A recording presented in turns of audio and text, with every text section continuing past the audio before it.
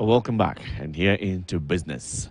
Uber, an American taxi-hailing company, will now be available in 4 more cities and towns in Kenya. The company, which has announced updates on features on travel safety and delivery, has now expanded into Eldoret, Nakuru, Naivasha, and Kisumu. Initially, Uber was only available in Nairobi and Mombasa, among other sub-cities. The expansion now makes Uber available in 8 cities across East Africa. Taxis are one of the leading models of transportation in East Africa. In Kenya, Uber has been in the taxi-hailing business, with the company mainly concentrating in Nairobi and Mombasa. In keeping up with the growing demand in other major towns, the firm has rolled out 4 additional towns in its array, namely Eldoret, Nakuru, Naivasha, and Kisumu. We wanted to start with announcing that we recently hit an important milestone. Across Africa, Uber has completed 1 billion trips.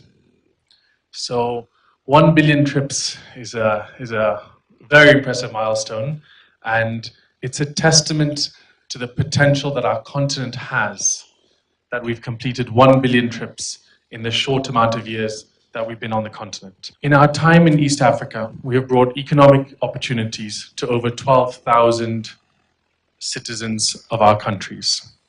And today we would like to announce that we are providing an increased number of opportunities in an increased number of cities.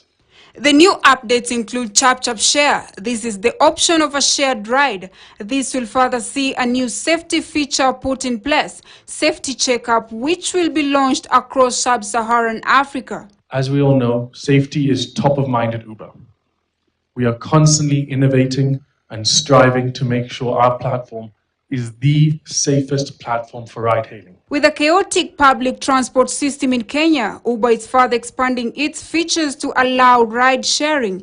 This will be through Uber XL.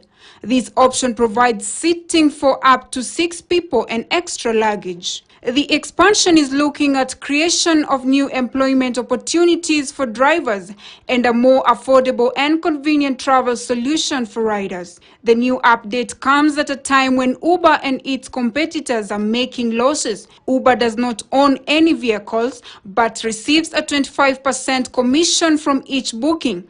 This has sparked a lot of protest from its operators, who contest the Uber prices, which is determined using a dynamic pricing model based on local demand and supply.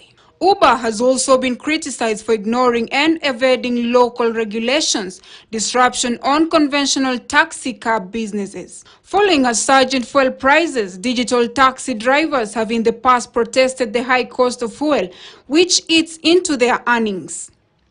As of 2018, Uber was the leading hailing operator globally, with a market value of $72 billion.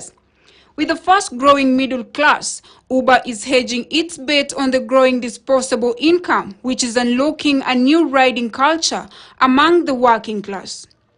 For KTN News, I'm Ndombi Esther Diana.